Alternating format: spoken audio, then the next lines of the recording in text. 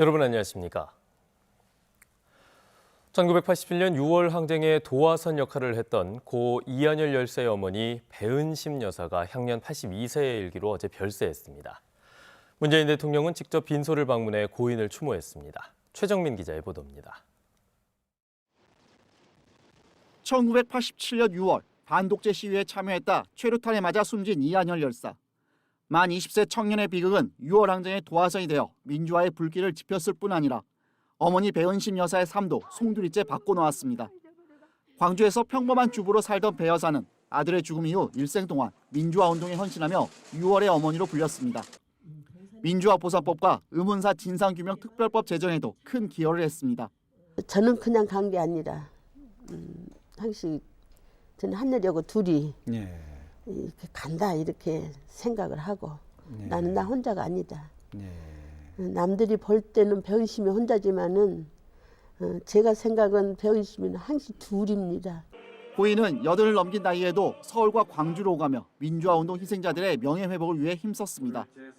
이한열 기념사업회는 민주유공자법 제정이 고인의 마지막 유지라고 강조했습니다. 민주화유공자법이 제정되고 아울러서 관련자들의 명예회복이 되게 하는 게 고인의 뜻이라고 생각합니다. 문재인 대통령은 빈소를 직접 찾아 유족들을 위로하며 6월 항쟁의 상징인 이한열 열사와 아들의 못다 이룬 꿈을 이어간 배은심 여사의 희생과 헌신이 오늘날 대한민국 민주주의를 만들었다고 평가했습니다. 장례는 내일까지 사회작으로 이어지며 배 여사는 아들이 잠들어 있는 망월도 묘역에 안장됩니다. KBS 뉴스 최정민입니다.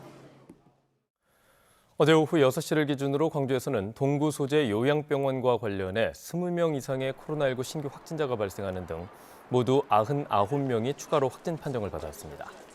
전남에서는 나주 소재 아동복지시설과 목포에서 타 지역 방문 접촉 뒤 감염 등 모두 72명의 확진자가 발생했습니다. 네트워크 소식입니다. 커피 도시로 유명한 강원도 강릉시에서는 엄청난 양의 커피 관련 폐기물이 발생하고 있는데요. 최근 커피 폐기물을 재활용해서 산업화까지 도모하는 움직임이 있어서 관심을 끌고 있습니다. 강릉방송국 한희조 기자가 취재했습니다. 강릉의 한 업체 작업장입니다. 막대 모양의 반죽을 다듬는 작업이 한창입니다. 커피 찌꺼기로 연필을 만드는 겁니다. 커피 펠릿도 눈에 띕니다. 발전용 연료로 공급하기 위한 연구용으로 생산됐습니다.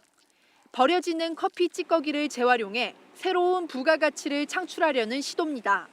커피박을 제대로 산업화하자는 것이 저희의 큰 궁극적인 목표 중에 하나인데요. 순수하게 100% 커피박만 들어가는 연료용 펠렛을 이번에 개발을 했습니다. 커피 원두를 담았던 마대자루는 가방 등 생활 소품으로 변신했습니다. 이 업체에서 커피 관련 폐기물을 활용해 이미 개발했거나 연구 중인 제품은 10여 가지에 이릅니다. 직원들은 대부분 어르신과 장애인들입니다. 이렇게 사회적으로 기여하는 일에 힘을 보탠다고 생각하니까 매일매일이 새롭고 즐겁고 가슴이 벅차고 그런 거죠. 하지만 산업화까지 해결 과제도 적지 않습니다. 커피 매장이 워낙 많은 데다 따로 커피 찌꺼기를 수거하지 않으면 대부분 생활 폐기물로 버려집니다.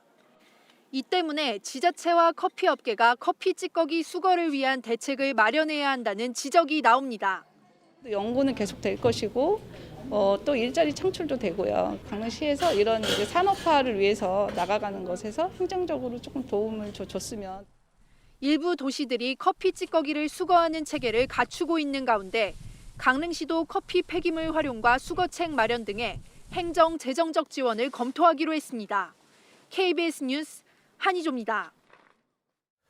2022년 새해에는 좋은 책과 함께 해보는 것 어떨까요?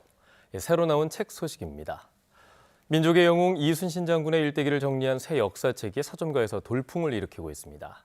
또 북한 지도자 김정은의 실체를 입체적으로 분석한 책도 눈길을 끌고 있습니다. 김석 기자가 소개합니다. 임진왜란 사를 공부하고 이순신 장군을 들여다보면서 경외감을 느낍니다. 62만 구독자를 보유한 한국사 강사 황현필의 이순신 강의. 이순신 장군의 한반도 대첩 승리로 인해서 일본의 수군들이 공포감에 전념이 됩니다. 유튜브 조회수 1억 회를 넘기며 큰 호응을 얻고 있습니다. 출생과 어린 시절부터 노량해전에서 전사하기까지 이순신의 일대기를 정리했습니다. 이순신의 전투를 기록한 다양한 사료를 비교 분석해 입체 그림과 지도로 전투 상황을 생생하게 되살린 것, 이 책이 지닌 가장 큰 미덕. 사력을 다해 노를 저어 승리의 주역이 된 이름 없는 격군들에게 경의를 표하는 대목은 감동을 줍니다. 그저 그런 애송이일 뿐인가? 막강한 힘을 지닌 거인인가? 지구상에서 가장 미스터리한 독재 국가의 권력자 김정은. 그의 진짜 모습은 과연 무엇일까?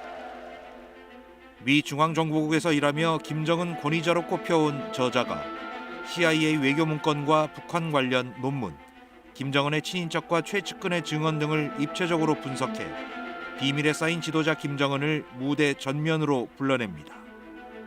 사상적 뿌리부터 지도자 수업, 비핵화를 둘러싼 정세 판단, 그리고 북한 체제의 전망까지 김정은의 실체를 파헤친 문제작입니다. 이젠 방송에서 좀처럼 만나기 힘든, 하지만 우리가 놓쳐선 안 될 갖가지 문화현상의 본질과 해법을 문답 형식으로 친절하게 들려줍니다. 태조 이성계의 즉위식부터 조카를 끌어내리고 왕이 된 세조대까지 드라마보다 더 드라마 같은 조선 왕조의 역사가 펼쳐집니다. SF란 장르를 넘어 이제는 명실공히 우리 시대의 대세 작가로 자리매김한 김초엽 작가의 새 소설입니다. 화학물질 유출 사고로 철저하게 고립됐던 죽음의 땅, 그곳에 첫 관광객이 된 일행들의 낯선 여정 속에서 뜻밖의 진실이 고개를 듭니다. KBS 뉴스 김석입니다. 지난 8일 진도 해상에서 충돌 사고로 뒤집힌 어선의 선장이 실종 하루 만인 어제 숨진 채 발견됐습니다. 오포해경은 배 안에 있던 그물과 어구를 제거한 뒤 선내로 진입했고 조타실 안에서 숨져 있는 선장 71살 A씨를 찾았다고 밝혔습니다. 이에 앞서 지난 8일 낮 1시 10분쯤 진도군 장도 해상에서 어선 두 척이 충돌해 9톤급 어선이 전복됐으며 선장을 제외한 승선원 4명은 배 안팎에서 구조됐습니다.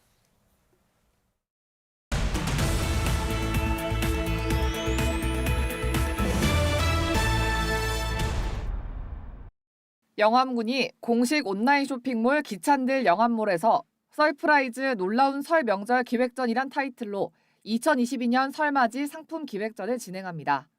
이번 기획전은 오는 24일까지 진행하며 민족 대명절인 설을 맞아 감사의 마음을 나눌 수 있는 영암 매력 한우 등 영암군 대표 농특산물로 구성돼 있습니다. 광주은행이 대학생 홍보대사 해단식을 개최했습니다. 2008년부터 시작해 11기를 맞이한 광주은행 대학생 홍보대사는 지난해 5월부터 7개월 동안 광주은행 브랜드 홍보와 청년층 고객과의 소통, 그리고 SNS와 유튜브를 통해 언택트 시대를 대응하는 온라인 홍보 활동을 펼쳤습니다. 광주시 북구가 무등산에서 영산강까지 한 번에 걸어갈 수 있는 시민의 소승길 조성 사업을 본격 추진합니다. 이에 따라 2023년까지 삼각산 정상에서 일동중학교까지 5.5km 구간에 등산 숲길을 조성하고 2024년까지 일곡동 한세봉에서 매곡산, 우남산을 거쳐 영산강으로 이어지는 구간에 총 3개의 보행 육교를 건설할 예정입니다.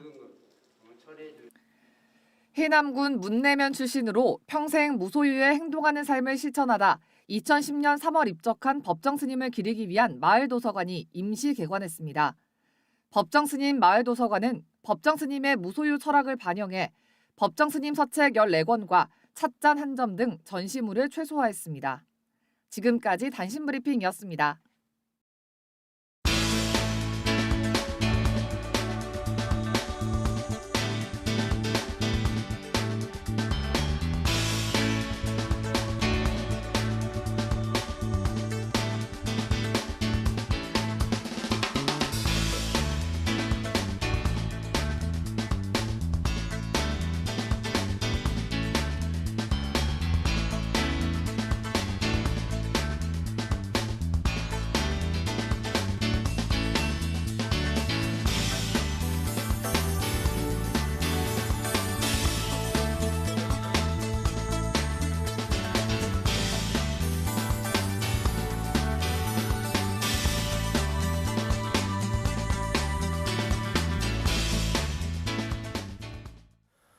네, 다음은 희망 2022 나눔 캠페인 이웃 돕기 성금을 보내주신 분들입니다.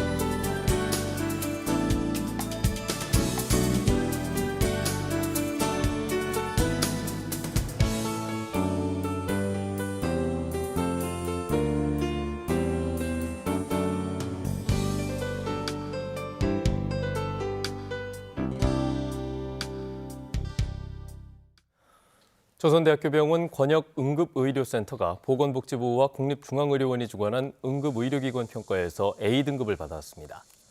조선대병원은 중증 응급 환자 진료 제공과 전문화된 진료 구역별 체계 등이 높은 평가를 받아 최고 성적인 A등급을 받았다고 밝혔습니다. 응급의료기관 평가는 응급의료 서비스의 질적 수준을 높이기 위해 보건복지부가 해마다 전국 응급의료기관을 대상으로 시행하고 있습니다. 전라남도가 코리아 둘레길과 전남의 관광자원을 연계해서 걷기 여행을 육성합니다. 전라남도는 한반도 해안선을 따라 조성되는 4,544km 길이의 코리아 둘레길 가운데 전남 서남해안에 1,420km 구간이 있는 만큼 둘레길 주변 노선을 주변으로 걷기 여행 쉼터와 안내센터 등을 마련할 계획이라고 밝혔습니다. 코리아 둘레길은 우리나라 외곽을 연결하는 걷기 여행길로 해남에서 인천까지의 1,800km 구간인 서해랑길은 오는 3월에 개통됩니다. 소상공인과 전통시장 상인의 경영부담 완화와 비대면 판로 개척을 위한 광주 공공배달앱 위메프오가 출시 6개월 만에 매출액 50억 원을 돌파했습니다. 광주시가 분석한 나로를 보면 지난해 7월 출시한 위메프오는 지난 반년 동안 가맹점 6,600여 곳, 거래 21만 5천여 건, 그리고 52억 9천만 원의 매출을 기록하는 등 꾸준한 성장세를 이어가는 것으로 나타났습니다. 광주시는 낮은 중개 수수료와 함께 광주 상생카드와 연동되는 결제 방식 등이 성장세를 견인한 것으로 분석했습니다.